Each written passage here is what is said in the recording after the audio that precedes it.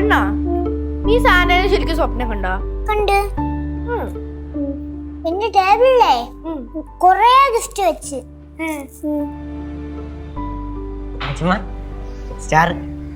മുത്തശ്ശി ഇവനെ സാന്റയുടെ സ്വപ്നം കണ്ടെന്ന്.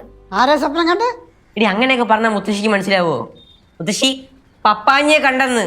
പപ്പാഞ്ഞി മുത്തശ്ശി, പപ്പാഞ്ഞി ഇല്ലേ? ഓ സാന്റാക്ലോസ്. അതൊക്കെ എങ്ങനെ മുത്തശ്ശിക്ക് അറിയാം? പിന്നെ മുത്തശ്ശിക്ക് അറിയാതിരിക്കും സാന്റി ക്രിസ്മസ് ഒക്കെ പുതിയതായിട്ട് വന്നതാണ്.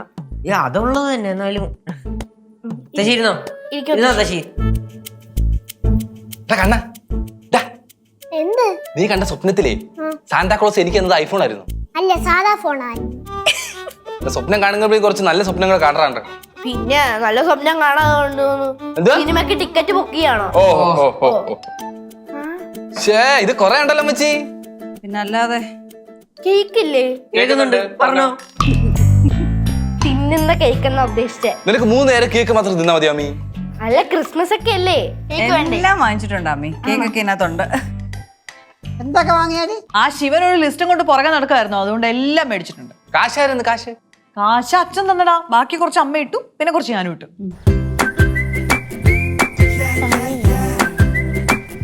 പലതിലാ കിട്ടണ സാധനം ഇല്ലല്ലോ.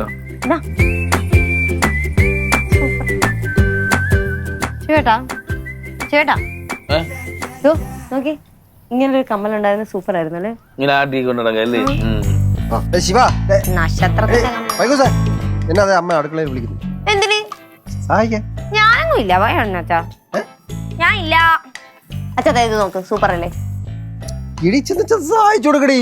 എന്റെ പൊന്നച്ഛ, അവിടെ ഓൾറെഡി സുമയുണ്ട്. ഞാനും സുമയും കൂടെ ചേരത്തില്ലെന്ന് അറിയാലോ. അവൻ അവിടെ സഹായിക്കട്ടെ, ഞാൻ നിങ്ങളെ സഹായിക്കാം.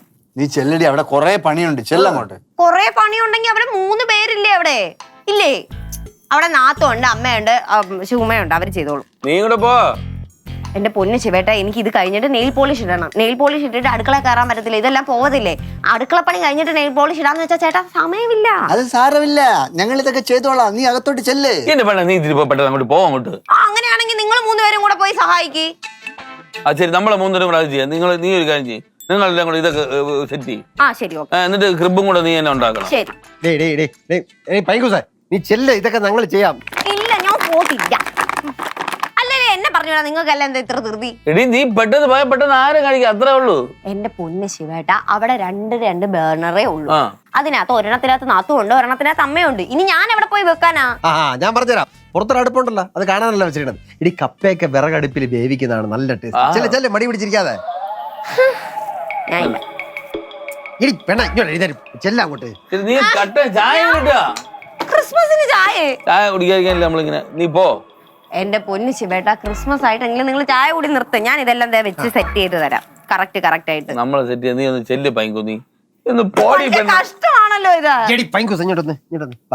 ചെല്ല്.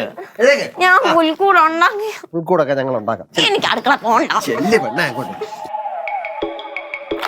പെണ്ണല്ലേ എന്നെ കടിച്ചു കയറ്റില്ലേ? ശിവാണേ, അവള് പോയി സാധനം എടുക്ക്. ആ പെണ്ണ് പോയാന്ന് അറിഞ്ഞു, ഇവിടെ വല്ല നിൽക്കിയിരിക്കും. അവള് പോയി, നീ എടുത്തോണ്ട് വാ, നമുക്ക് എടുക്കാൻ വൈൻ തന്നെയല്ലോ. വൈനാ? ഓ നീ വാറ്റുന്നല്ലടാ പറഞ്ഞത്. മാമനിപ്പോ എന്ത് വേണം? അല്ല, ഈ മണം കിട്ടുന്ന ടൈപ്പാണ് കിട്ടാത്ത ടൈപ്പാണ്? മാണമൊന്നും കിട്ടുന്നില്ല. ഇനി മാമ അതിൽ കിടന്ന് കുളിച്ചാൽ തീരെ ആരും അറിയില്ല.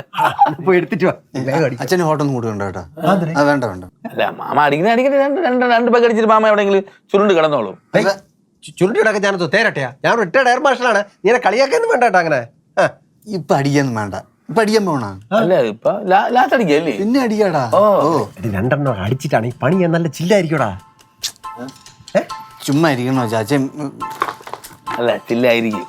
ഇവിടെ പണിയൊക്കെ നമുക്ക് തീർക്കാം. നീ വേഗം പോയി സാധനം എടുത്തിട്ടാ. എന്നാ നിങ്ങൾ ആ പറമ്പിലോട്ടോ, ഞാൻ അങ്ങോട്ട് വരാം.